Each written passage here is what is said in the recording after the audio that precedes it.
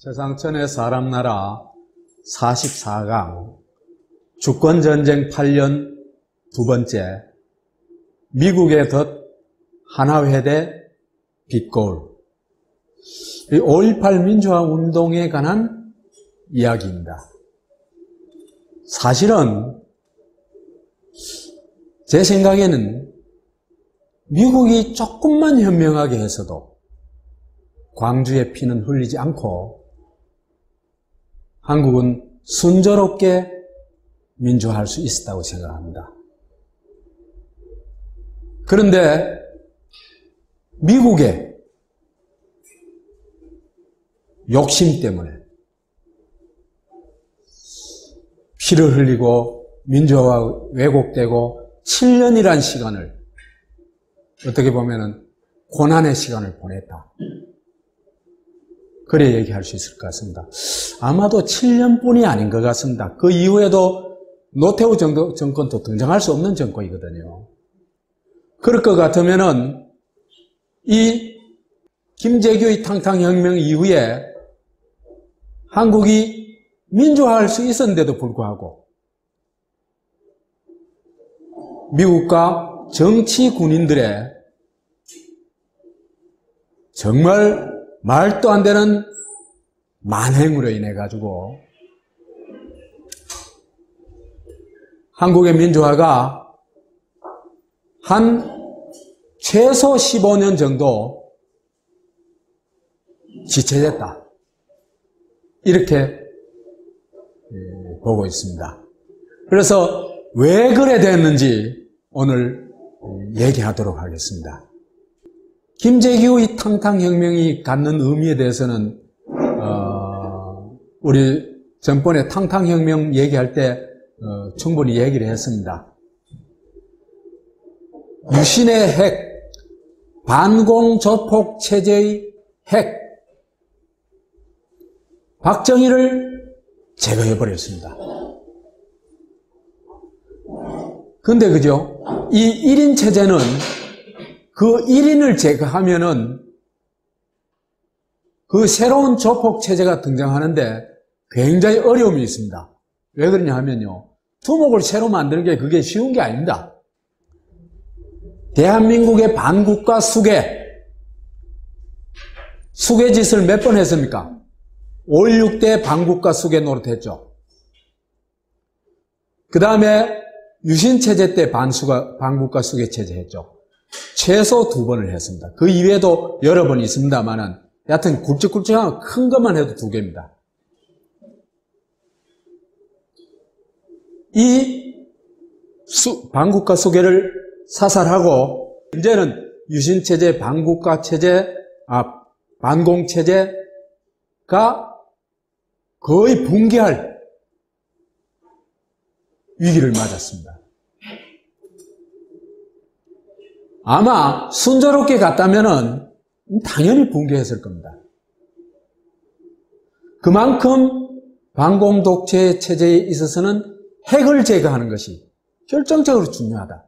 그래서 정말 반공조폭 시대를 끝낼 수 있는 30년 반공조폭 시대를 끝낼 수 있는 절호의 기회가 왔다. 그래서 대부분 한국인은 민주화가 순조롭게 될 것이라고 기대하고 또 그런 예상을 했습니다. 그런데 그 결과는 정반대로 갔죠. 순조롭게 민주화로 간 게 아니라 엄청난 학살이 일어났죠. 그리고 들어서서는 안 될 학살 정권이 들어섰죠. 왜 이렇게 됐을까? 이것은 단순히 사건을 추적하는 것만으로는 안 됩니다. 이 사건에 대한 좀 더 역사적인 추적이 필요합니다.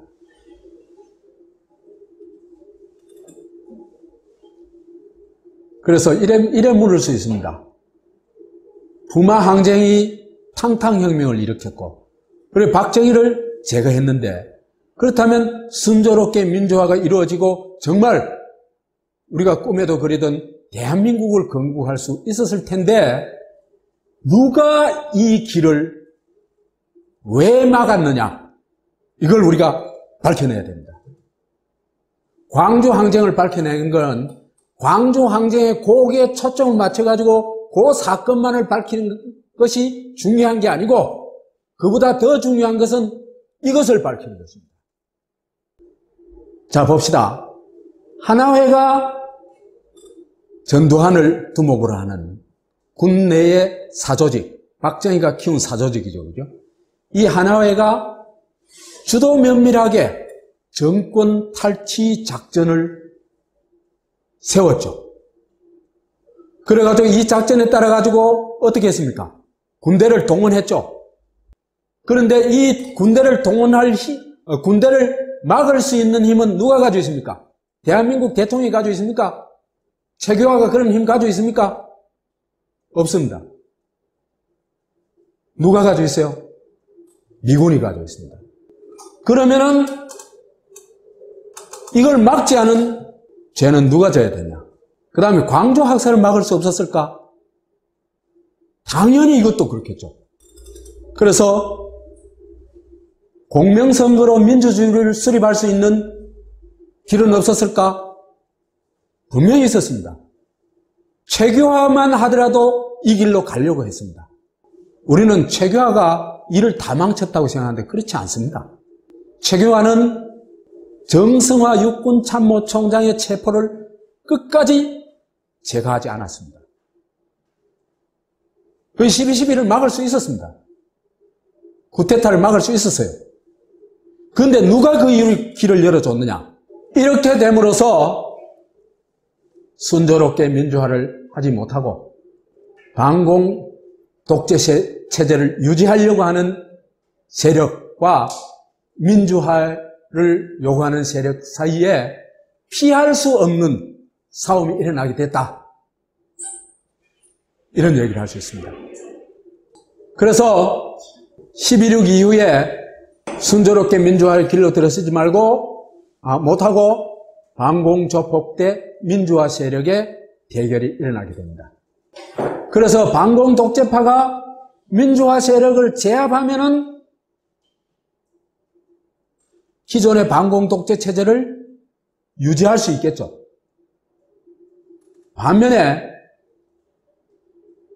민주파가 반공 독재파의 음모를 분쇄할 수 있다면, 막을 수 있다면 한국은 민주화를 순조롭게 하고 자유민주주의 국가로 아마 순조롭게 나아갔을 것입니다. 그런데 이게 그래되지 못했다. 그래서 11.6 이후에 두 가지 흐름이 나타나게 됩니다. 하나는 하나회를 중심으로 해서 반공조폭 체제를 재편하는 그런 흐름이 나타나고, 또 하나는 학생, 노동운동권을 중심으로 해서 민주화를 추구하는 세력이 나타나게 됩니다. 이 두 세력이, 그래서 이 반공조폭 세력은 이 민주화 시위를 진압하기 위한 만반의 준비를 다 하게 됩니다. 그게 바로 충정훈련이라는 거죠. 그래서 공수부대를 비롯한 육군 특수부대들을 아주 폭력적인 시위 진압 훈련을 이미 80년 2월부터 준비해가지고 착착 시행하게 됩니다. 그 다음에 K공작이라고 그래가지고 전두환 정권을 만들기 위한 공작이 일어났는데, 이때 가장 적극적으로 협력한 게 누구냐 하면 조선일보입니다. 그리고는 드디어 80년 4월 14일 전두환이 실질적 중앙정보부장 서리가 됨으로써 실질적인 국가 권력을 장악하게 됩니다. 이렇게 이 반공 독재 세력이 굉장히 발빠르게 그 체제 유지를 위한 이 공작을 해, 작전을 수행해 나가는 과정에 민주화 운동은 상당히 굼뜨기도 했고, 그 다음에 굉장히 안이했어요. 말하자면, 다 된 밥에 콧바뜨리겠냐? 이제 민주화로 거다. 이렇게 대다수가 믿고 있었어요.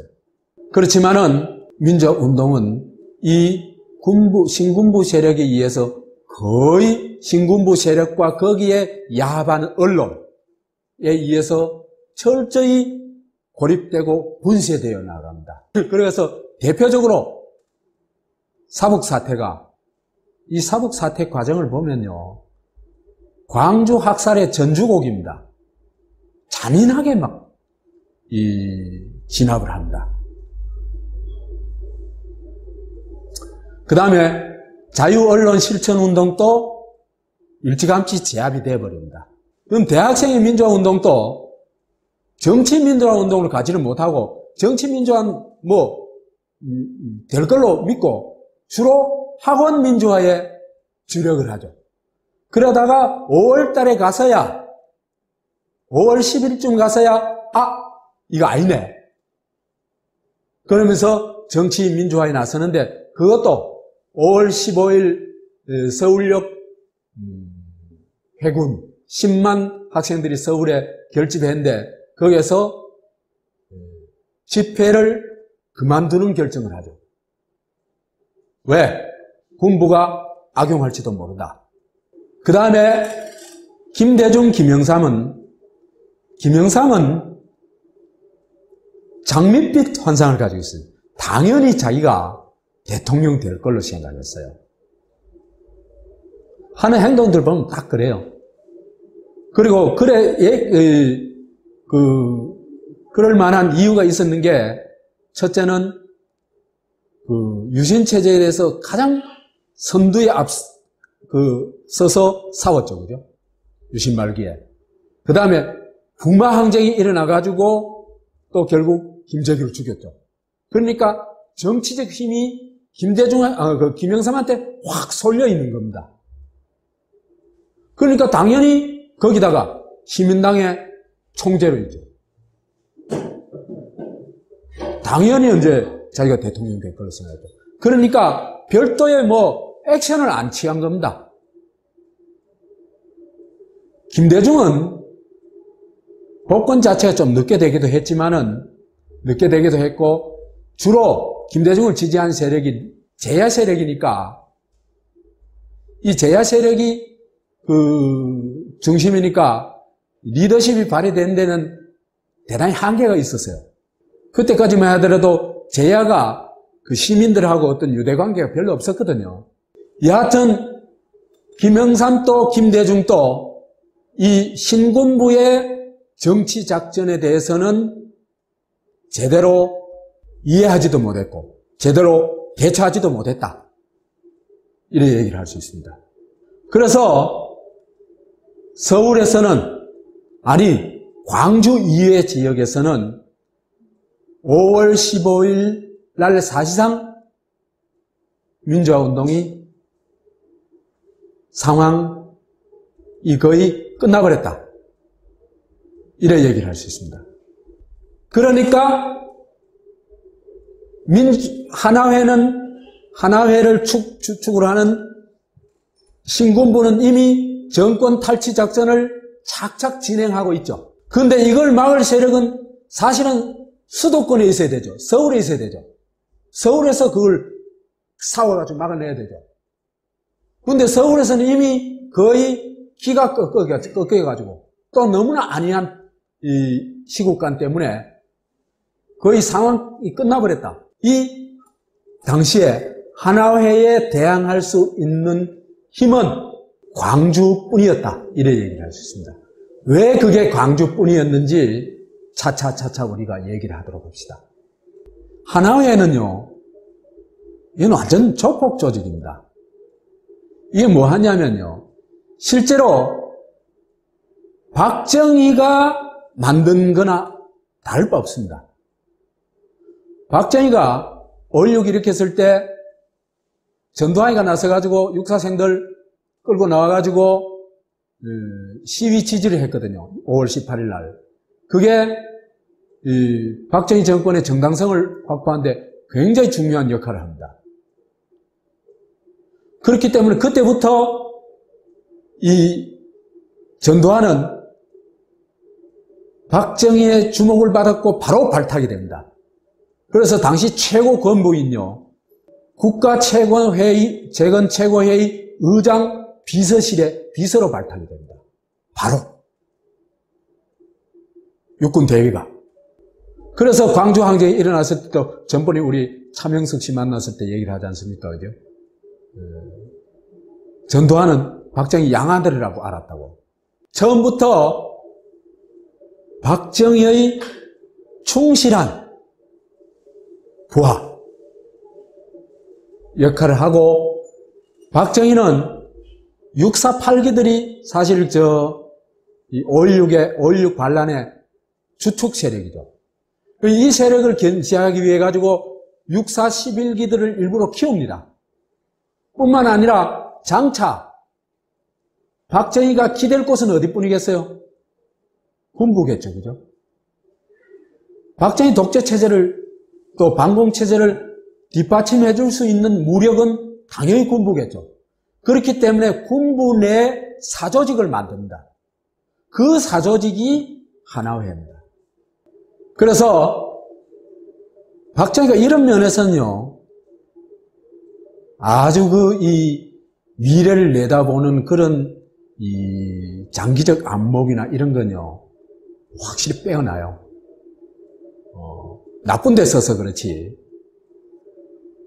군대를 사유화해야 독재 정권이 계속 유지될 수 있겠죠. 그렇죠? 언제든지 출동시킬 수 있는 무장력이죠. 어떤 주권자의 비판이나 저항도 언제든지 제압할 수 있죠. 그렇기 때문에 어느 나라나 독재자는 반드시 군대를 장악하려고 합니다. 사유화하려고 하고. 박정희도 그런 포석을 깐 겁니다. 그래서 이런 반공 독재 체제를 유지하고 영구 집권을 하기 위해서 하나회라는 군대 내에 반공 조폭 조직을 만듭니다. 언제부터 됐냐는 확실하지 않지만은 63년도에 전두환이가 중앙정보부 인사과장으로 갔는데 이게 막강한 자리거든요. 중앙정보부가 어떻게 돌아가는지 빤하게 알 수 있는 자리거든요. 이때부터 조직화하지 않았냐 싶습니다. 그 다음에 전두환 중심으로 6.4-11기 주도로 결성한데, 이게 그죠? 이 모임이 한기의 대체로 10명 남짓, 11기부터 시작해가지고 10명 남짓으로 구성을 해요. 그러니까 아예 각 기수별로 가장 나름대로 어떤 능력이 있다고 판단하는 사람들, 그 사람들을 선발해가지고 이 하나회에 가입시킵니다. 여기 가입하는 걸 군인들이 그때 당시에 굉장히 영광으로 생각했다 그래요. 그래가지고 거절한 사람이 한 사람도 없다 그래요. 그게 한국 군대입니다. 무슨 말인지 알겠죠? 한국인의 줄서기, 그거는 여기에서도 탁 드러납니다. 그래서 이 경상도 출신이 한 70% 정도 돼요.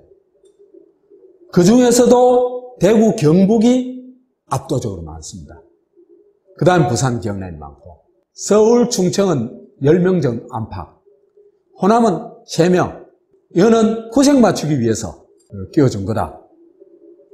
그래 볼 수 있습니다. 군대를 어떻게 하겠다? 하나회 중심, 철저히 경상도 중심의 군대로 만들어가지고 박정희한테 절대 충성하는 군대로 만들겠다는 뜻이 여기 딱 나와 있습니다. 이 조직의 목적이 뭐냐? 첫째는요, 박정희가 국군을 사유화하는, 그게 대중심축 역할을 하는 겁니다. 이 사람들이 국군의 요직을 다 맡아버리면 어떻게 되겠어요? 국군 저절로 사유화되겠죠. 2차 목적은 요 사람들이 하나회가 군의 주요 요직을 독점하고 후배들한테 대물림하는 겁니다. 이 사람들이 어떤 조직인지 보여주는 게 이런 이제 그때 가입했던 사람의 증언입니다. 한번 읽어볼게요. 약속한 시간에 11기 선배의 어느 집에 가면 11기 전체 회원이 마루나 다다미방 같은 곳에서 일렬로 앉아 있습니다. 그 가운데에는 회장 전두환이 앉아 있지요. 반드시 혼자 가서 무릎을 꿇고는 국가와 조직에 충성한다는 내용의 선서를 합니다. 그러면은 선서가 끝나면은 11기 중의 한 명이 붉은 포도주를 피를 대신하는 거겠죠. 피의 조직을 상징하는 거죠. 한 잔 따라주면 두 손으로 탁 받아가지고 마시면 그걸로 회원이 된대요. 전형적인 조폭 의례죠. 그래서 여기서는 전두환의 권위가 절대적입니다.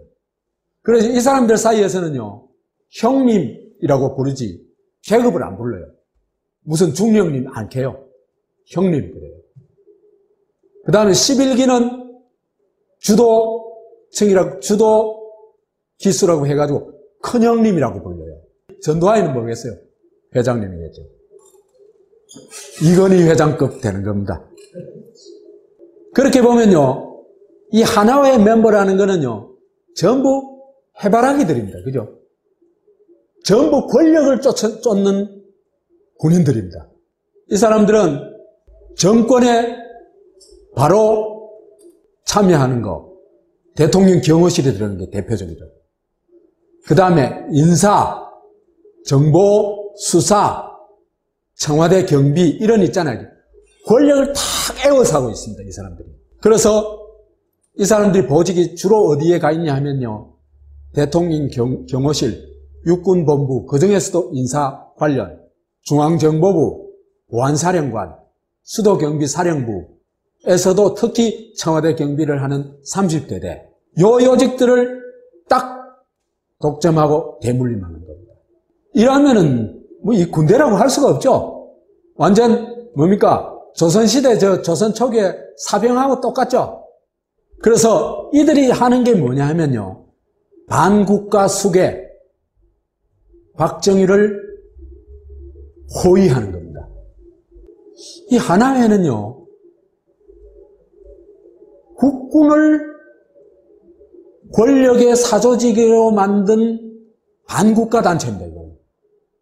그렇기 때문에 하나회에 들어갔던 사람들은 그냥 군복을 벗긴 정도가 아니고 형사처벌을 해야 됩니다. 당연히. 범죄자들입니다. 물론 그 수괴는 전두환이겠죠. 이렇게 보면요, 반국가 수괴 전두환을 감옥에 집어넣고 사형 선고까지 했죠. 누가 풀어줬어요?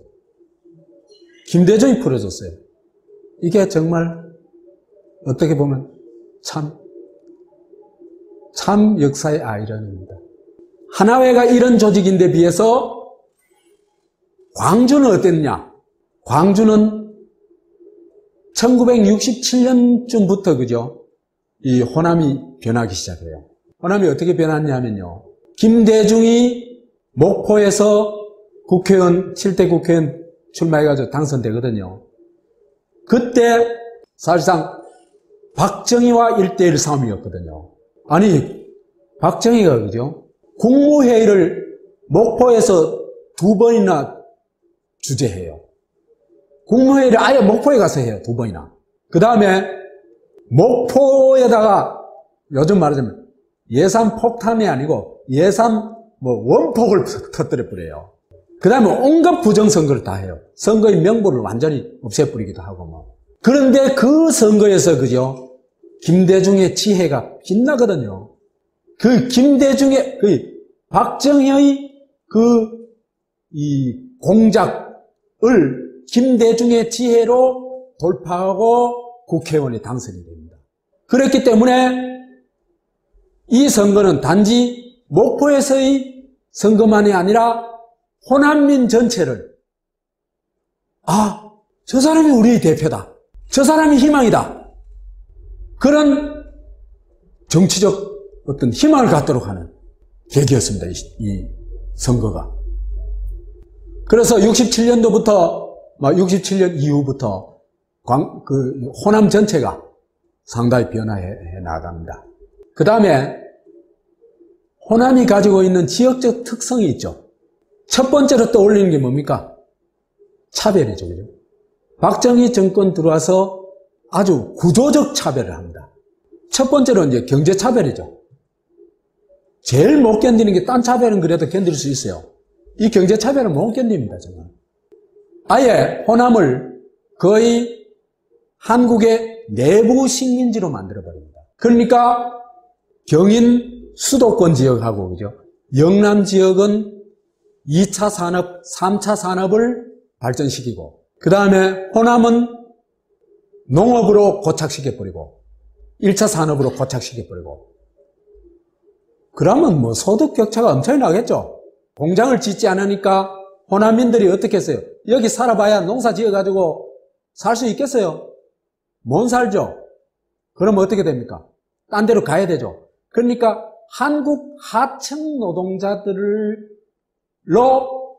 몰아내기 시작하는 호남 사람들을. 그래서 호남이 박정희 시기에 한국의 내부 식민지로 전락하게 됩니다.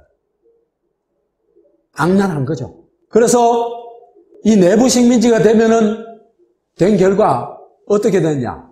1981년도에 500명 이상 고용하는 공장이, 그죠? 영남에는 159개, 호남에는 36개, 영남의 5분의 1에 불과해요.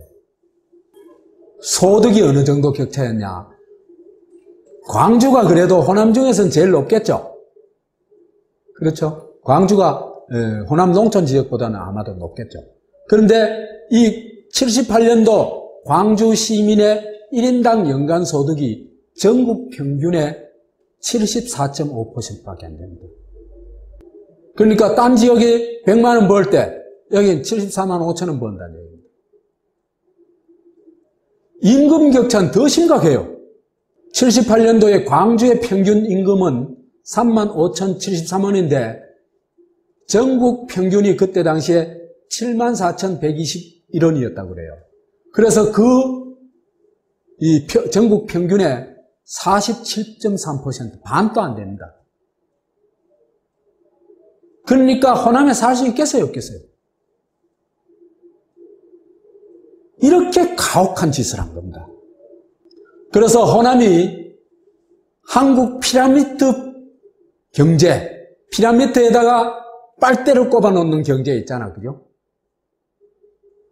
이 경제의 제일 밑바닥이 누굽니까?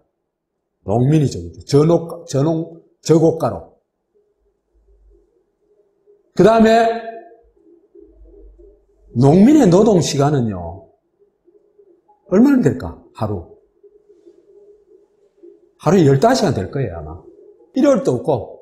그 다음에 노동자. 그 중에서도 호남민들은 하청 노동자를 형성합니다. 왜?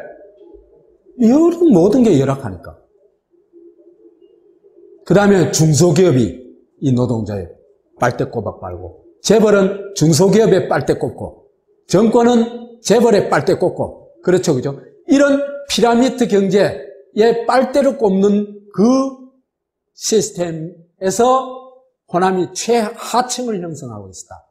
그래서 한국에서 정상적인 사람들은, 그죠? 호남에 대한 죄의식을 가져요. 이래 되니까 호남 사람들은 서울, 영남 공업지대로 계속 이주를 할 수밖에 없겠죠. 그러면 인구도 당연히 감소하겠죠. 인사차별은요, 인사차별은 다 알죠, 그죠? 아니까 딱 한 줄만 얘기할게요. 대구를 포함한 경상북도 출신의 장성수는 경상남도도 빼고 대구 경북만 호남 출신 장성 인원 전체의 10배를 넘었다 그럽니다. 아예 호남 출신 장성으로 거의 진급 안 시켜주는 겁니다. 대구 경북이 그 대신 다 틀어지고 저끼리 다 나눠먹죠. 이게 빼앗겼다고 통탄하는 게 대국 사람들입니다. 그 다음에요. 이래 되니까 인구가 아까도 얘기했다시피 딴 지역과는 너무나 차이가 많이 납니다. 제가 이거는 이 통계청에 들어가가지고 다 통계를 다시 내가지고 조사를 했어요. 1955년 박정희 들어서기 전, 그 다음에 박정희 정권이 끝났을 때 1980년, 그 다음에 2010년 이렇게 나눠가지고 인구를 봐봤더니요. 수도권은 1980년까지 1955년에서 1980년 사이에 인구가 338%로 늘었습니다. 2010년에는 537%, 5배 넘게 늘었습니다. 그런데 충청 지역은요, 128%, 148%, 여기도 한 50% 가까이 늘었죠. 영남 지역은요, 160%, 163%, 여기도 한 60% 남짓 늘었죠. 호남을 볼게요. 호남은요, 1955년에 525만이었는데 1980년에는 607만, 116%로 조금 늘어납니다. 왜 그러냐면 이때는 아이를 굉장히 많이 낳을 때거든요. 보통 한 서너 명 낳고 많이 낳을 때는 뭐 5, 6명. 저도 5이거든요. 5남매였거든요. 근데 2010년에는요, 오히려 인구가 1955년보다도 줄어들었습니다. 95%로. 사람 뭐 따라갑니까? 돈 따라갑니다. 가난했다는 얘기입니다.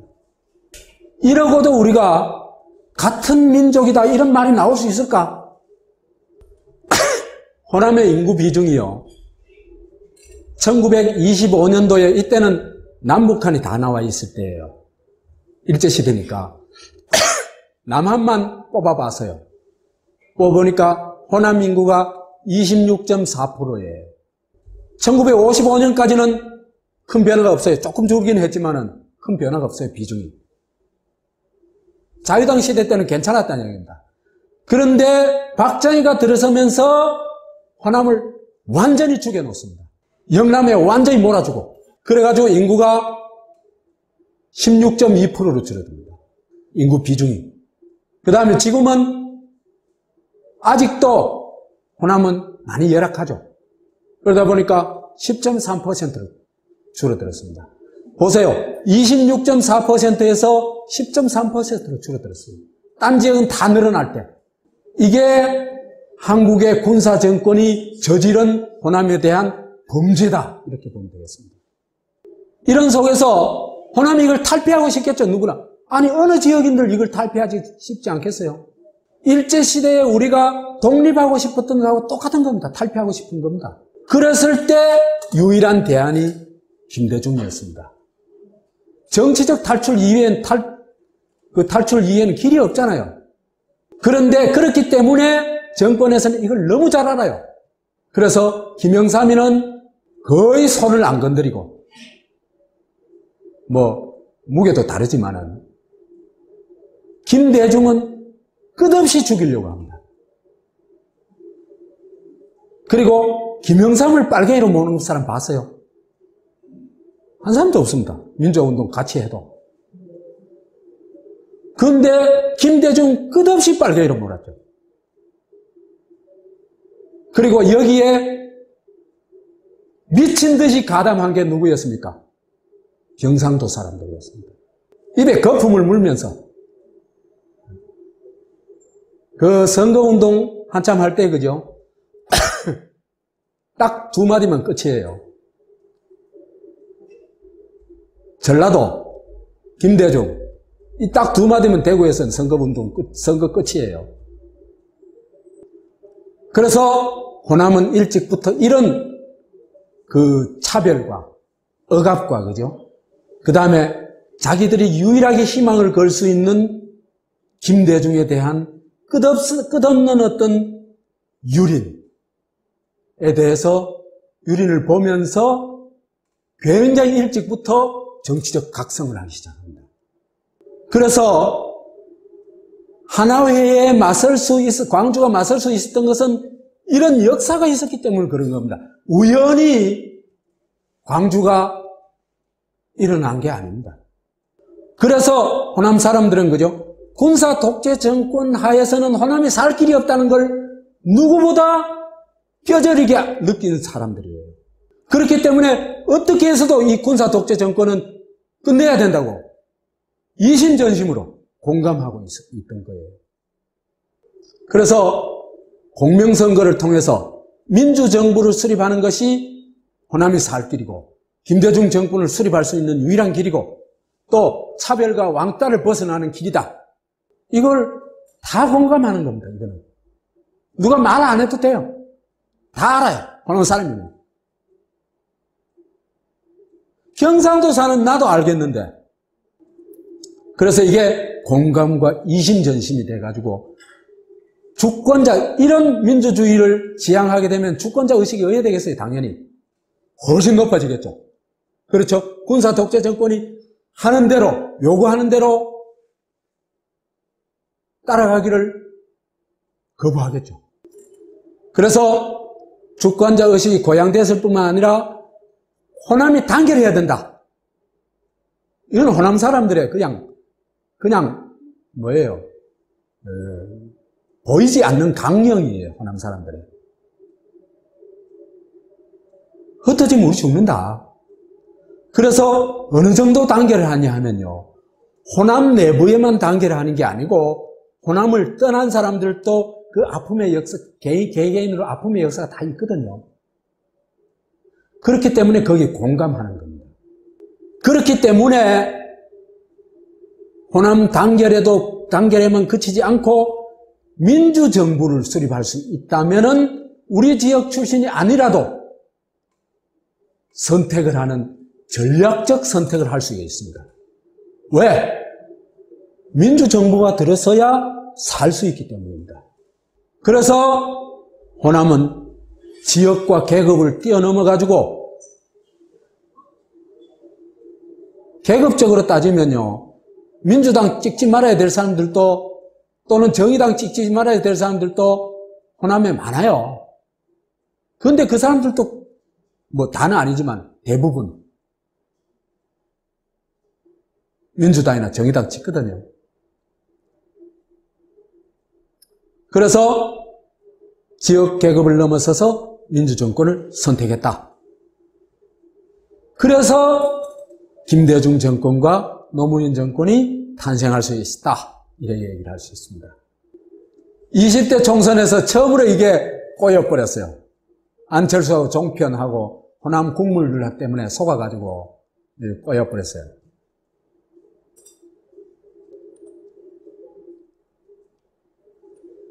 이런 광주의 특성을 가지고 있기 때문에 광주의 민주화 운동은 다른 지역하고 달라요. 다른 지역의 민주화 운동은요, 극단적인 노동자 탄압에서 오는 자연 발생적인 노동자 봉기라든지 아니면은 학생 시위였죠. 시민은 굉장히 냉담했습니다. 왜? 냉담할 수밖에 없는 게요. 시민들은 그 군사 정권을 해서 억눌려 살아온 사람들이기 때문에 거기 순응하는 게 거의 몸을 배웠어요. 그래서 타 지역에서는 아까도 얘기했다시피 서울역 해군으로 시위가 중단되어 버린 데 비해서 광주는 다릅니다. 우선 시민적 공감대가 형성되어 있다는 거 아까 얘기했죠. 그죠? 그래서 학생 민주화 운동이 곧바로 뭐로 번져나가냐 하면 범시민적 민주화 운동으로 번져나갑니다. 그게 다른 지역과 다른 점입니다. 5월 14일부터 이미 그런 증상이 나타나는데 15일 날은 그게 거의 전면화합니다. 전남대가 선도해가지고 민족민주화 성회 성스러운 모임을 선포하고 시위를 주도해 나가는데 5월 14일부터 16일까지 이게 학생 연합 시위가 되고 15일부터는 시민도 적극적으로 참여해가지고 범시민 시위로 발전한다. 여기서 또 하나 특징은요. 전남대 교수들도 50여 명 시위에 참여해요. 나중에는 이제 좀 더 확산되어서 다른 대학 교수들도 일부 참여를 합니다. 그 다음에 시민도 적극 참여해가지고 15일날 시위에서 도청 앞에서요 3만 명이 모였어요. 광주시 인구가 그때 당시에 그죠 73만 정도예요. 72만 몇천 명이에요. 제가 찾아봤어요. 3만 명 가면요 굉장한 겁니다. 서울에서 그죠 한 20만 모인 정도라고 봐야 돼요. 그래서 특히 전남대 학생들은 50여 명의 교수들에게 민주화 운동 동참이라는 리본을 달아주었다. 이 시기에 교수들이 민주화 운동에 동참한 경우는 단 한 건도 없습니다. 여기 지역 빼고는. 16일에도 이제 열렸는데 마치고 나서도 그죠. 학생들은 어둠이 깔린 오후 8시가 되자 400여 개의 횃불과 피켓 플래카드를 들고 가두 시위에도 들어갔습니다. 그래서 서울하고는 영 분위기가 달라요. 이렇게 됨으로써 이제는 하나회와 신군부와 광주, 하나회와 빛고울의 싸움은 피할 수가 없게 됐습니다. 하나회는 광주를 제압해야 정권을 탈취할 수 있고, 빛고울은 이걸 막아야 민주주의를 실현할 뿐만 아니라 호남이 살 길이 생기죠. 사생 결투가 벌어질 수밖에 없죠. 그래서 이제는 다른 한쪽에서 보면은 광주 학살이 일어나고, 그죠? 한쪽에서 보면 광주 항쟁이 일어나는 겁니다. 왜 하나의 사건에 대해서 두 개의 이름이 있느냐? 이런 것은 이렇게 설명할 수가 있습니다. 그래서 이 당시에 광주 시민은 전두환 정권을 막을 수 있는 유일한 피플 파워였다. 이 당시에 광주의 인구가요, 한국 전체 인구의 약 2%예요. 전체 인구가 3,744만 명이고 80년도 인구조사에서 보면 광주가 73만 명이에요.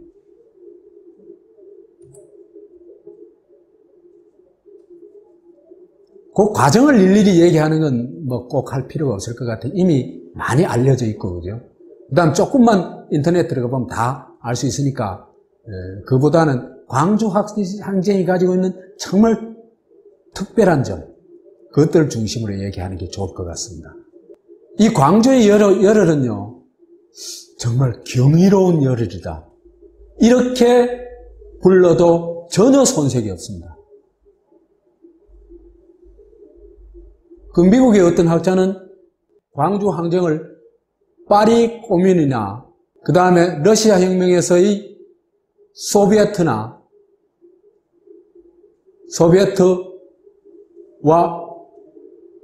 비해서 전혀 뒤떨어지지 않는 동급의 민중 공동체라고 얘기를 해요. 그래서 저는 이걸 혁명적 민주 공동체라고 불러봤는데, 우리 전번에 그 부마 항쟁 얘기할 때 이 혁명적 민주주의 얘기했죠.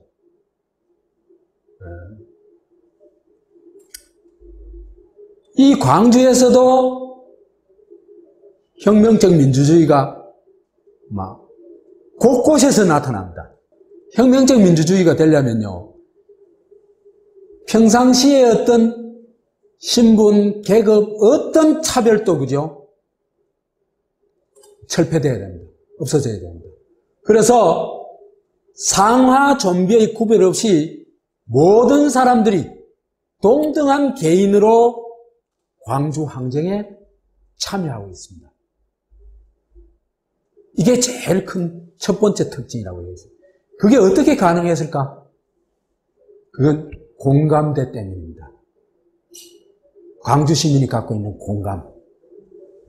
그건 이미, 그죠? 우리 선생님 얘기를 들어보더라도 이미 광주 학살이 시작되기 훨씬 전부터 그런 공감대는 강하게 형성되어 있었어요.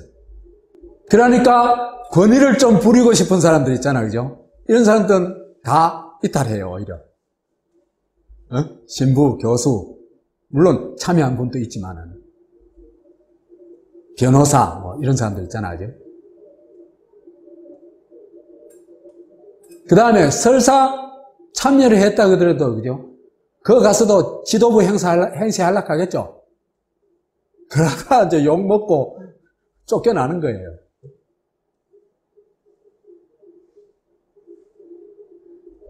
이 광주의 현장이야말로 평등이, 개개인의, 그죠? 평등이 살아있는 현장이 됐습니다.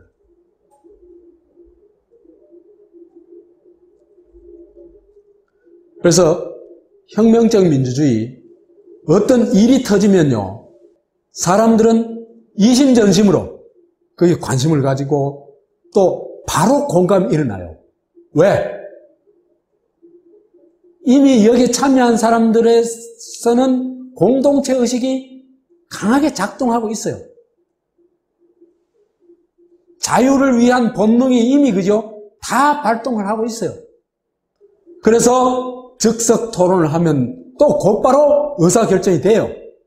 이 의사결정이 되면은 앞장서는 사람이 나옵니다.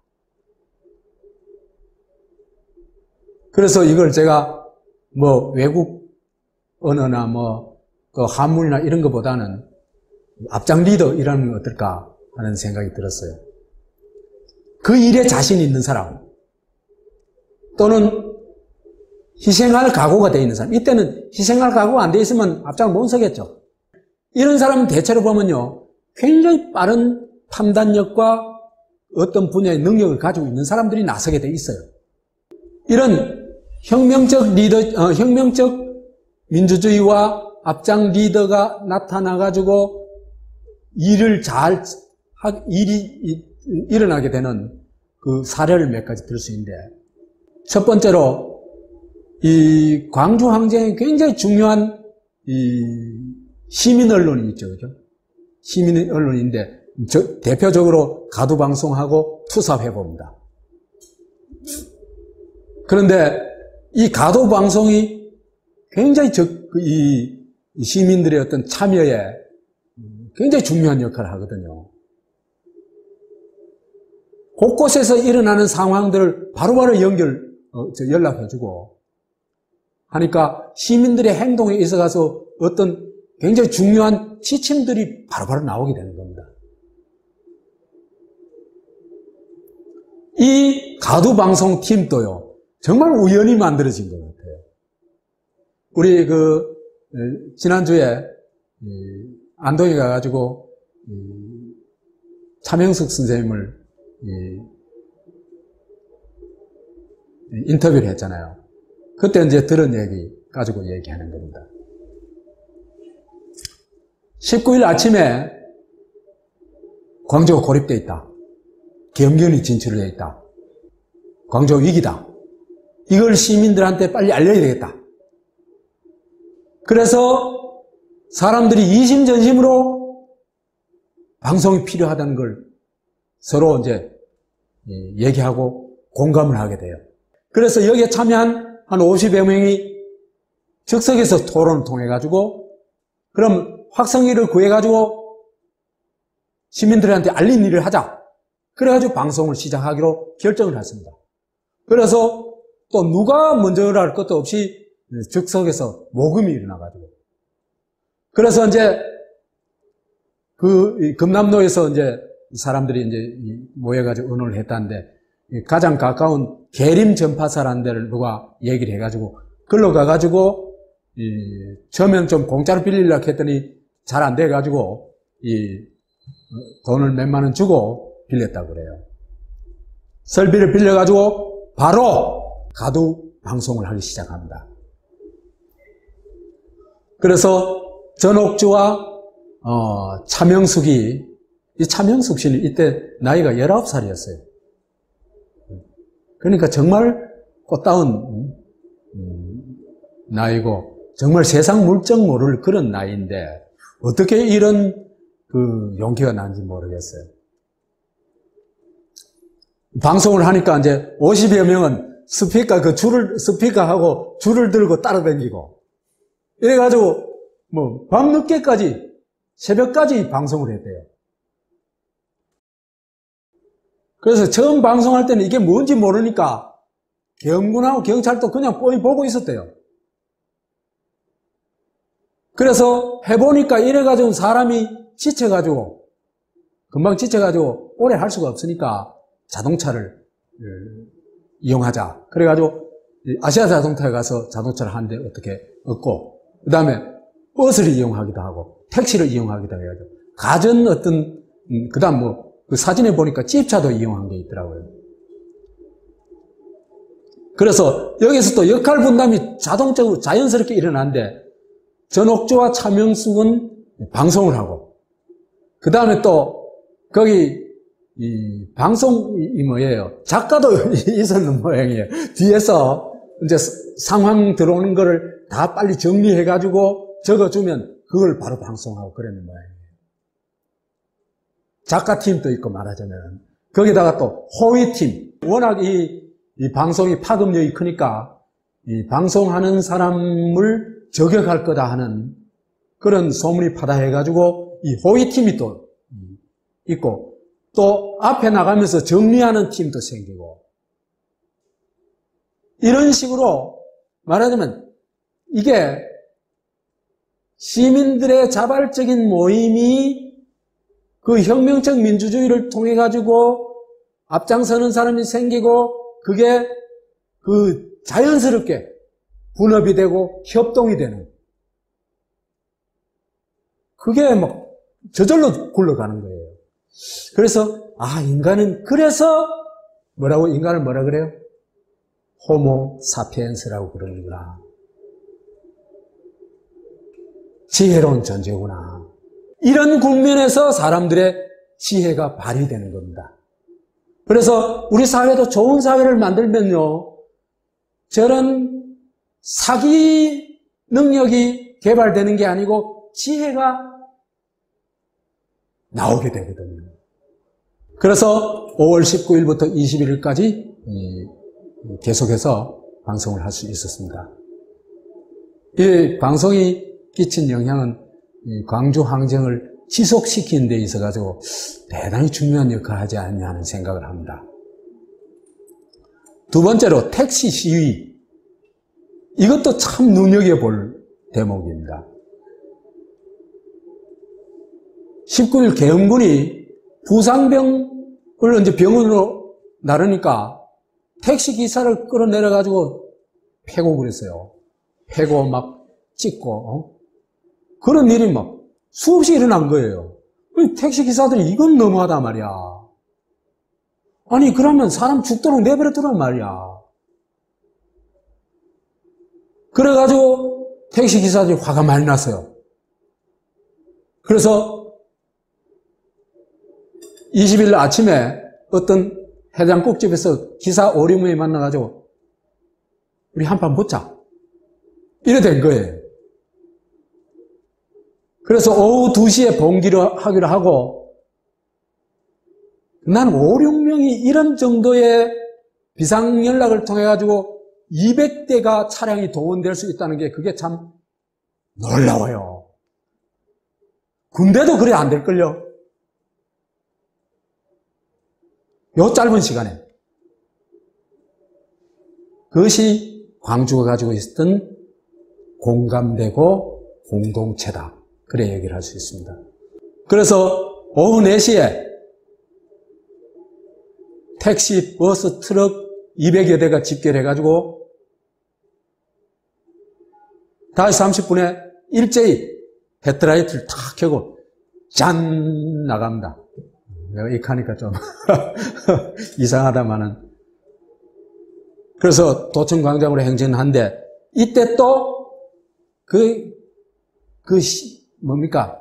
공동체가 가지고 있는 집단 지성과 지혜라는 게 어떻게 발휘되는지를 여기 보여주는 겁니다. 가두방송에서요, 또 맹활약을 해요. 시민 상황을 다 알려주죠. 그죠?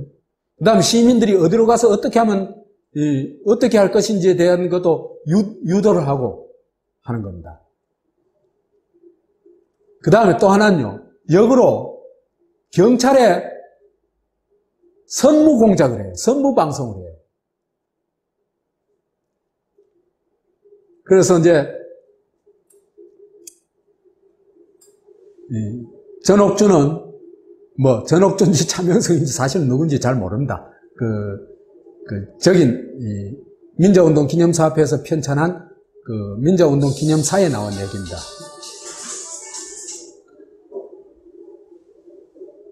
마이크를 통해 도와주세요. 경찰관 아저씨들은 우리 편입니다. 라며 호소를 해요. 경찰들도 굉장히 움찔하겠죠? 안 그렇겠습니까? 사람인데. 전옥주는 시위대를 광주 세무서 앞으로 이끌면서 세무서를 불질러 버리자. 세금 걷어 국민 잡는 공수부대를 키웠으니 세무서도 나쁜 놈들이다. 라고 외쳤다. 그래서 시민들이 가가지고, 그죠? 광주 세무서 화염병을 던져버립니다. 그래서 이 시민들이 적극 참여하면서 이날부터 그 이튿날 사이에 광주 MBC가 불타고, 광주 KBS가 불타고, 광주 세무서가 불탑니다. 그러니까 진실을 은폐하는 거짓 언론. 그 다음에 국민의 칼을 겨누는 국민을, 주권자를 짓밟는 국가기관에 대한 항의의 표시입니다.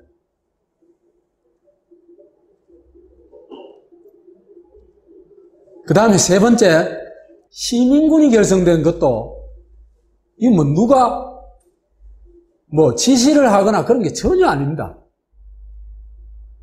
계엄군이 발포를 하자, 21일 날 오후 1시에 도청 앞에서 발포를 하죠. 발포를 하자, 청년들은 여기에 항거하기 위해서 너나 할 거 없이 그냥 자동적으로 무기를 탈취하러 갑니다. 무기 탈취하러 가는데요. 전남 거의 전 지역을 가요. 화순, 나주, 장성, 영광, 곡성, 구례, 굉장히 멀리까지도 갑니다. 구례라면 거의 경상도 가까이 아닙니까? 그죠? 그리고 가면서 광주 항쟁을 호남 전 지역으로 확산시키기 위해서 청년들이 그 지역에서 또 시위를 주동하거나 또 시위를 알립니다. 광주 시위를 알립니다. 그래서 광주에서는 굉장히 격렬한 시위가 있었어요. 광주 항쟁이 끝나고 나서도, 목포에서도. 광주 항쟁이 끝나고 나서도 28일까지도 목포에서는 시위를 계속해요. 그래서 여기에는, 그죠? 여자도 참여를 해가지고 시민군에요. 예비군, 청년, 고등학생 등 있잖아요. 그죠? 어떤 계급 계층을 뛰어넘는 그런 구성을 하게 됩니다. 시민을 지키기 위해서. 그래서 이렇게 볼 것 같으면요, 이 모습을 딱 보면서 제가 딱 떠올렸던 게, 동학농민혁명입니다. 다만 동학농민혁명은 지휘부가 있었죠. 전봉준, 김계남 이런 지휘부가 있었죠. 근데 여기는 뚜렷한 지휘부도 없는데 시민들이 자발적으로 이런 무장을 하게 됩니다. 그리고 마지막을 결연하게 항복하지 않고 끝까지 저항하다 전사를 하죠. 이런 혁명적 민주주의의 기초에서 수많은 앞장 리더들이 현장에서 주도하는 그거는 하나의 거대한 공동체였습니다. 아니, 몇십만의 어떤 그런 공동체를 어떻게 이루고 유지할 수 있을까 하는 게 그냥 경이로울 뿐입니다.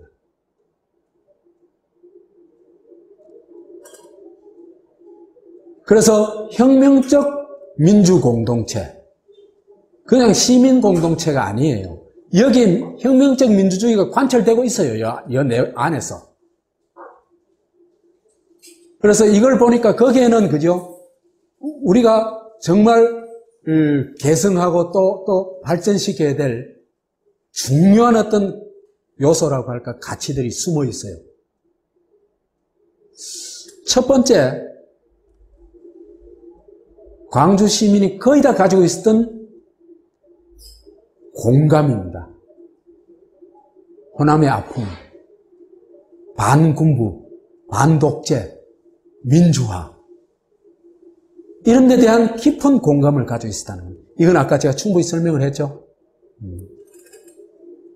그 다음에 공감하면서도 사람들은 참여하지는 잘 안 하잖아요. 그죠? 공감하는 사람이 10이라면요. 참여하는 사람은 사실은 몇 명쯤 됩니까? 1명 될까 말까 합니다. 그런데 대다수가 참여했다는 겁니다. 이게 어떨 때 가능합니까? 자기의 이기주의를 또는 어떤 그냥 그 이기주의, 자기의 작은 이익을 포기했을 때 가능합니다. 사람은 그죠? 공감하면서도 자기의 이익 때문에 움직이지 못하는 경우가 너무나 많지 않습니까?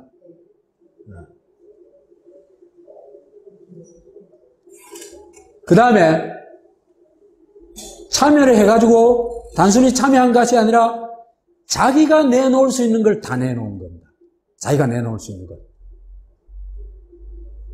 이게 진정한 공동체거든요. 그래서 우선 많은 사람들이 집을 개방해요. 자기 집을.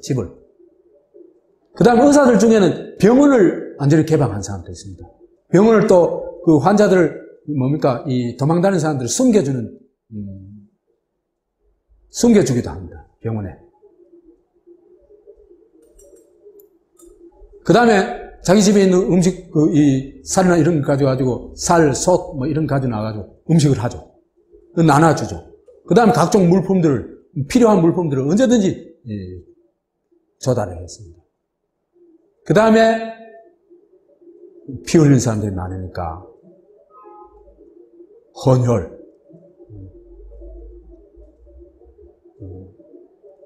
이래서 이런 나눔이 이루어졌다면은 이미 광주는 거대한 하나의 가족이 되어 있거든요.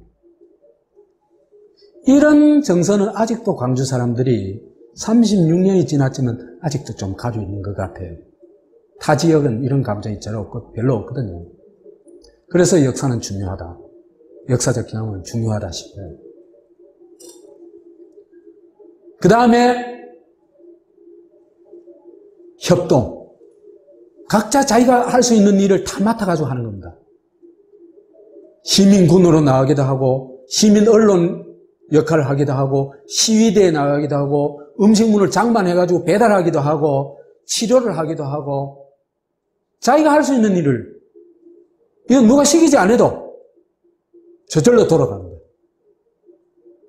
이게 정말 공동체가 가지고 있는 아까 얘기했던 호모사피엔스들의 공동체가 가지고 있는 지혜가 아닐까 하는 생각이 듭니다. 이래 되니까 자체는 저절로 이루어지겠죠. 그렇죠. 그래서 혁명적 민주주의가 이루어지고 앞장 리더십을 가진 사람들이 헌신적인 역할을 하면서 자체가 이루어진다. 그런데 광주 항쟁의 마지막 대목에서 정말 우리가 보지 말아야 될 것을 봐버렸어요. 5월 26일 오후 5시에 윤상원이 외신 기자회견을 하는데 이 자리에서 글라이스틴 주한미국 대사한테 계엄군과 시민군 사이에 중재를 해달라고 공식 요청을 합니다. 어땠겠어요? 글라이스틴은 묵살해버립니다. 그건 뭐 하란 얘기입니까? 그 이튿날 진압하기로 예정되어 있거든요. 이미 여기에서도 어린 청년들은 전부 집으로 돌려보내고 있는 상황이거든요. 마지막에 도청에서 시민군들이 결사대만 남은 거거든요.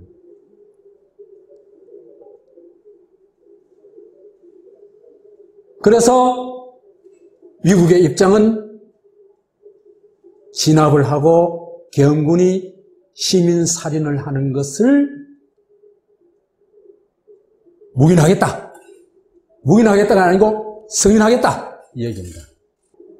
우리가 이 대목을 안 봤으면 아직도 우리는 미국을 아름다운 나라로 생각하겠죠. 이 장면에서 한국군과 미국의 민낯이 드러나고 맙니다. 그래서 우리는 이 장면에서 뭘 깨달았냐면, 이 나라가 대한민국 정말 웃기는 소리 하고 앉았네. 이게 그레이트 리퍼블릭 오브 코리아야? 말도 안 되는 소리 하지 마. 미국 놈이 지 멋대로 하는데 무슨 놈은 이게 대한민국이야. 미국 속국이지. 이게 무슨 민주공화국이야. 반공 독재 국가지. 그걸 이때 깨달았습니다, 우리가.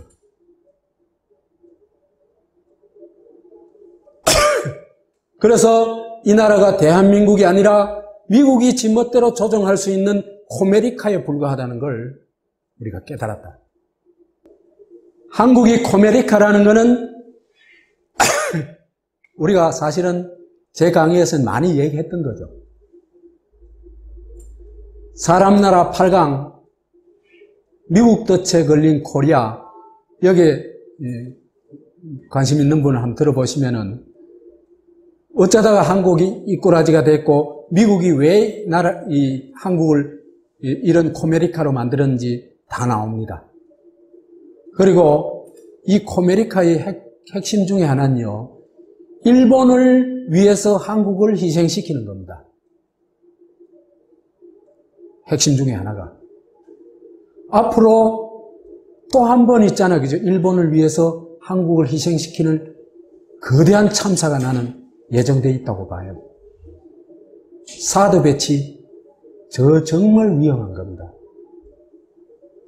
그런데요, 사드 배치를 막을 힘이 우리가 하나도 없습니다. 왜 그러냐면요, 사드 배치는 우리가 간섭할 수 없고 미국이 결정하면 지금 멋대로 할 수 있는 사항이에요. 쇼하는 거예요. 지금 들어오느니 안 들어오느니 한국 정부가 허용하느니 안 하니 한국 정부는 허용할 자격이 하나도 없습니다. 소파 규정에 다 그렇게 돼 있어요. 미국이 한반도 분할 점령을 한 목적부터 우리가 잘 살펴봐야 되는데요. 일본의 방파제를 구축하자. 반공 방파제를 구축하자. 그래서 일본은요, 미국의 동아시아의 파트너예요. 누구와 대항할 수 있는, 중국, 소련과 대항할 수 있는 파트너예요. 한국은 북한을 막는 반공 전선이에요. 그렇기 때문에 일본은 일본에는 민주주의를 만들어줬지만 한국은 뭐를? 반공체제를 구축했죠. 전혀 다릅니다. 그래서 한국을 반공전선으로 유지하는 게 미국이 전략적 목표다. 이래 보면 되겠습니다. 이 반공전선을 유지하자면은 첫째로 반공군대가 반드시 있어야 되겠죠. 필수 조건입니다. 그 다음에 이것에 대한 통제권을 누가 가져야 되겠습니까? 한국 대통령이 가지면 안 되겠죠? 미군 사령관이 가져야 되는 겁니다. 이게 무슨 독립국가예요? 그래서 이렇게 하고는 이 국가도 반공에 기초한 국가라야 됩니다. 그래서 미군 하에서 미국이 실질적인 통제를 하는 국가에서 이승만, 박정희, 전두환 정권의 공통점은 뭐냐 하면은 다 반공 독재 정권이었던 겁니다. 이걸 우리가 타파해내가야 되는데 그 선봉에 누가 섰었다? 광주가 섰었다는 겁니다. 미국은요, 한국의 자유민주주의조차도 허용을 안 해요.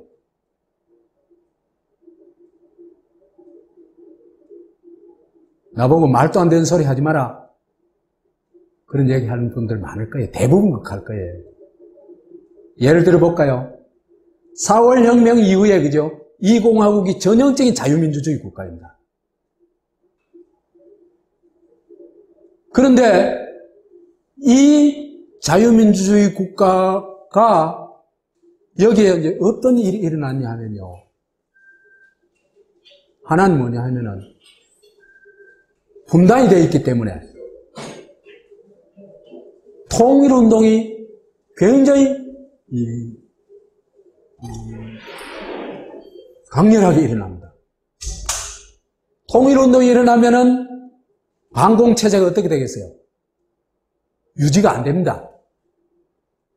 그렇겠죠, 그죠? 통일운동의 기반은 뭐겠어요? 그 말하자면 코메리카의 기반은 반공주의죠. 이데올로기적 기반은. 그럼 통일운동의 이데올로기적인 기반은 뭐겠습니까?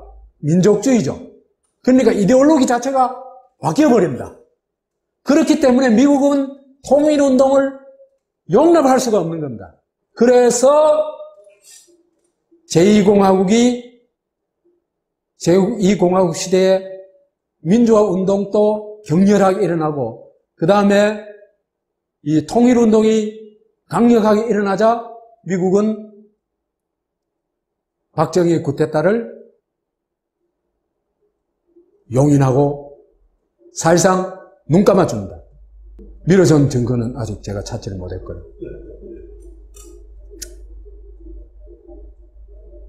이렇게 볼 때 우리나라는 대한민국이 아니고 코메리카인데 이 코메리카가 어떤 나라냐? 형식적으로는 주권국가지만은 실제로는 미국의 속국이다. 미국은 종주국이고 미국이 군사주권을 가지고 반공군대를 통제하고 반공독재 국가를 유지시킨다. 이렇게 보면 되겠습니다.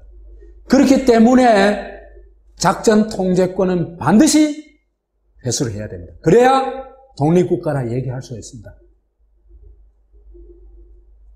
그런데 평시작전 통제권은 김영삼이 1994년 12월 1일부로 회수를 했죠.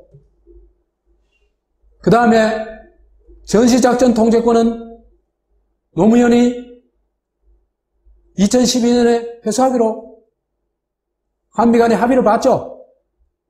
그런데 이걸 결사적으로 우리는 절대로 받을 수 없습니다. 미국님, 구세주님, 제발 우리를 살려주십시오. 우리의 군사주권을 가져가 주십시오. 이래 한 게 누굽니까? 이명박 박근혜 정권입니다. 매국 독재 정권입니다. 그러니까 매국 집단이라고 얘기 안 할 수가 없겠죠. 아니, 자기의 주권을 회수하기로 되어 있는 결정되어 있는 주권조차도 결사적으로 못 받겠다 하는 이 사람들이 무슨 매국노가 아니면 누가 매국노입니까?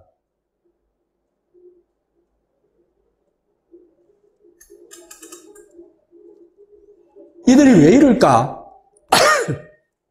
미국의 힘이요, 한반도에 작용하지 않으면요, 반공 독재에 기생하던 세력들은요, 제가 볼 때는 3년을 못 버팁니다. 이들이 한국에 온갖 호작지를 다 해놓은 세력들이죠. 이 세력들은 처단될 수밖에 없어요. 그러니까 결사적으로 미국을 한반도 정치에 종주국으로 끌어들이려고 하는 겁니다. 탕탕혁명 후에 미국의 선택.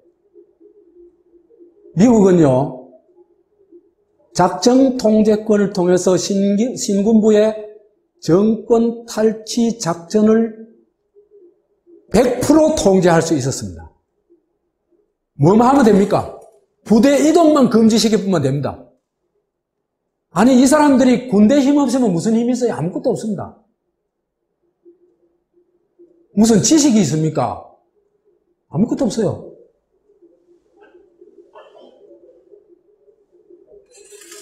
그랬다면 순조롭게 민주화되고 최소한 자유민주주의는 일찌감치 정착됐을 거다. 그런데 미국은 12.12 반란을 사실상 지원하고 광주 학살에 필요한 작전들을 전부 승인했습니다.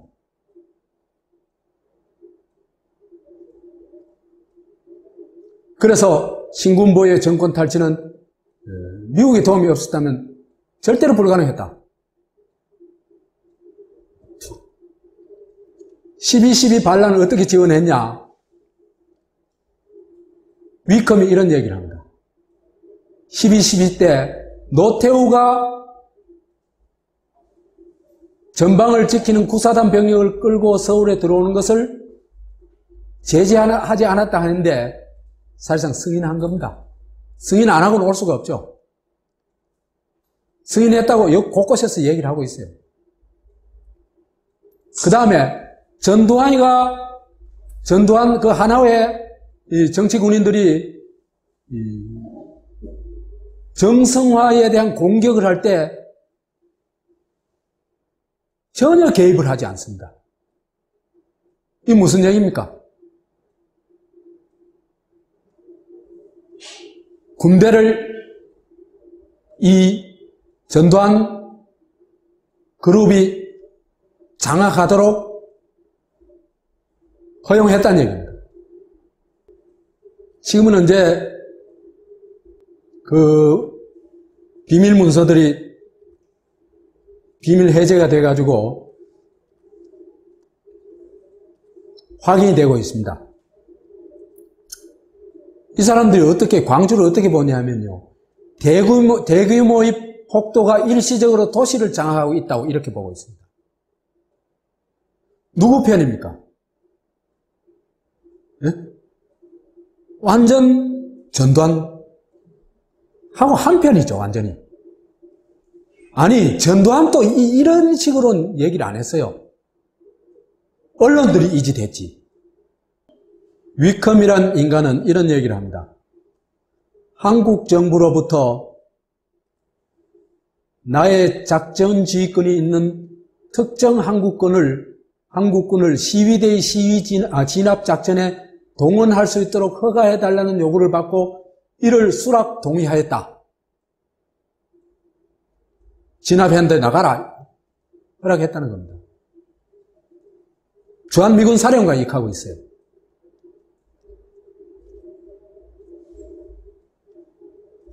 국무장관이라는 사람은 또 어떻게 얘기하냐면 미국 국무장관 인민재판이 열렸고 약간의 처형이 이루어졌다. 학생 시위대는 혁명정부 수립을 주장하는 신원미상의 무장한 과격파들로 대부분 대체되었다. 이걸 아예 중남미의 혁명군하고 똑같다고 취급해요.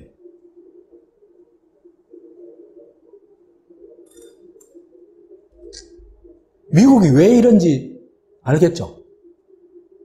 정권을 누구한테 주겠다? 왜? 그 반공 독재 국가가 유지돼야 반공 전선이 유지되고, 그죠?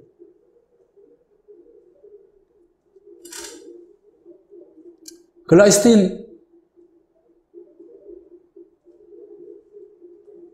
또 이런 보고를 받아 그래요.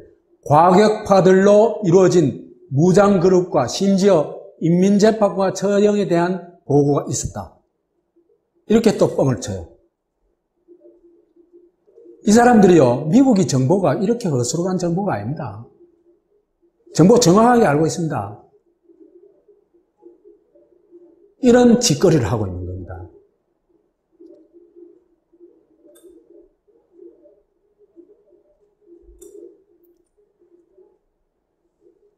위컴은 1980년 8월 27일 AP통신과의 회견에서 11.6 사태 이후 미국이 한국 공작에서 가장 성공한 일은 전두환 정권이 수립된 것이다. 미국의 공작으로 전두환 정권이 들었었다는 걸 고백하고 있는 겁니다. 단언하지만요, 미국 공작이 없었다면 전두환 정권은 들어설 수 없었습니다.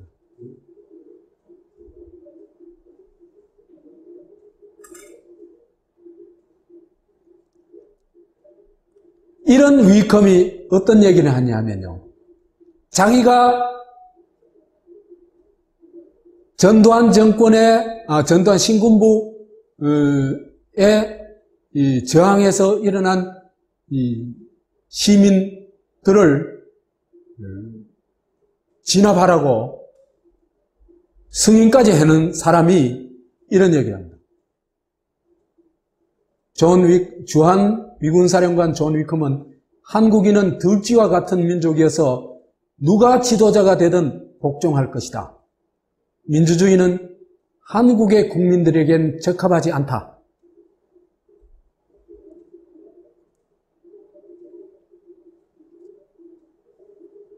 저런 신군부가 등장했을 때, 그죠? 광주와 같은 저런 저항을 한 나라가 몇 나라 있겠어요? 나는 그런 나라 거의 없다고 봅니다. 별로 없어요. 그런데 이 민족을 보고 들쥐라고 얘기를 해요. 지는 생쥐인가? 그리고 마지막으로 레이건의 대통령 취임식 때 전두환을 초청해가지고 이 사람이 코메리카의 총독이야 하고 인증샷을 딱 찍어줍니다. 이렇게 보면요, 미국이 군사주권, 작전 통제권을 가지고 한국 상황을 자기들 멋대로 요리했다, 이렇게 볼 수 있습니다. 하나회는 이런 미국의 꼬봉 역할에 불과하다.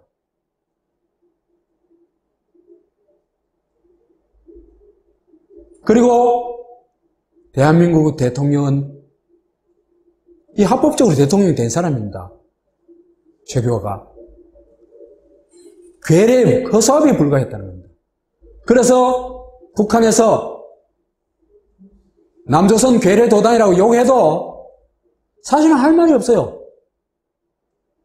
그리고는 미국과 군사정권과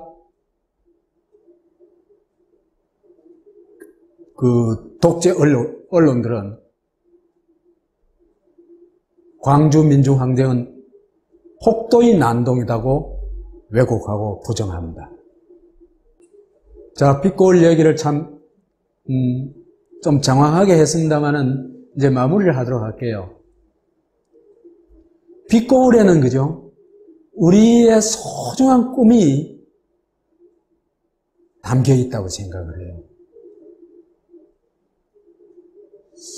한국 민주운동의 우선 이 이 광주항쟁을 통해서 광주가 여기 보면 한국을 비추는 빛골이 됐다. 이렇게 얘기를 할 수 있습니다. 두 가지 면에서 그렇게 얘기를 할 수 있는데, 하나는 한국 민주화 운동의 한 금자탑을 이뤘다. 이 금자탑의 핵심이 뭐냐면 시민 차원의 항쟁을 했는 거. 거의 다 학생 항쟁이잖아요. 그죠? 그 다음 또 하나는 도시를 지키기 위해서 무장 항쟁까지 가는 것. 이건 초유의 일이었다.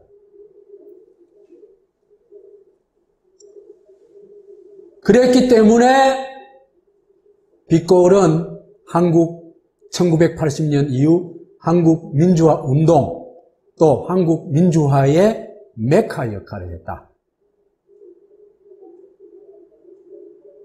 그리고 광주 항쟁은 우리한테 계승할 수 있는 아주 중대한 과제를 남겼다. 우리가 아까 얘기했던 공감, 참여, 나눔, 협동, 자치 이런 것이 이루어지는 혁명적 민주공동체, 이걸 좀 제도화하고 재현할 수 있는 길이 없는가? 저는 우리가 정말 깊이 고민하고 토론해보면 길이 있다고 생각을 합니다. 광주 시민이 이뤘던 걸 우리는 왜 못 이루겠습니까? 그리고 광주 항쟁은 우리한테 두 가지 주권적 과제를 남겼다. 첫째로, 당연히 독립국가가 되기 위해서는 가져야 되는 군사조건을 무조건 회수해라.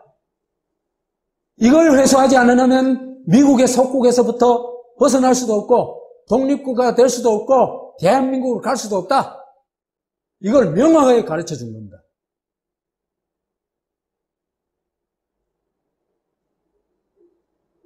그래서 코메리카를 타파해라. 그 다음에 인민주권을 실현해라. 헌법에 민주공화국으로 해놔놓고는 실제로는 인민주권은 그냥 문서상으로만 있는 이런 사회는 안 된다. 그래서 모든 국가기관이 주권자의 통제하에 있는 나라를 만들어야 됩니다. 지금은 누구의 통제하에 있습니까? 박근혜의 통제하에 있죠. 그건 안 됩니다. 박근혜도 주권자의 통제하에 있어야 됩니다. 북한도 마찬가지입니다. 김정은이도 북한의 주권자의 통제하에 있어야 됩니다. 그게 진짜 민주주의입니다.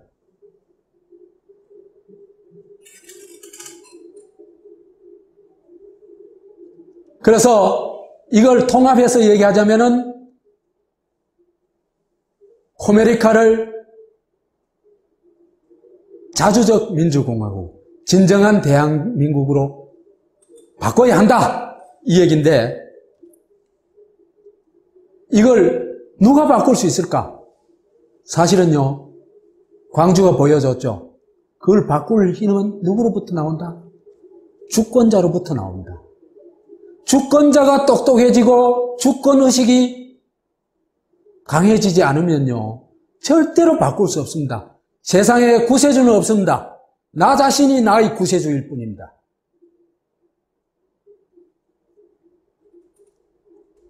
그래서 이런 주권자 공동체를 지향하는 진정한 민주정당이 필요하고, 이런 민주정당을 이끌 수 있는 혁명적 리더가 필요하다. 우리 시대에는. 이런 여건을 우리가 만들어 갔을 때 비로소 정말 코메리카를 벗어나가지고 대한민국으로 갈 수 있지 않을까. 그랬을 때 광주는 하나의 거대한 새로운 어떤 한국 문화를, 한국을 만들어낸 빛이 되지 않을까. 그런 생각을 해봅니다. 고맙습니다.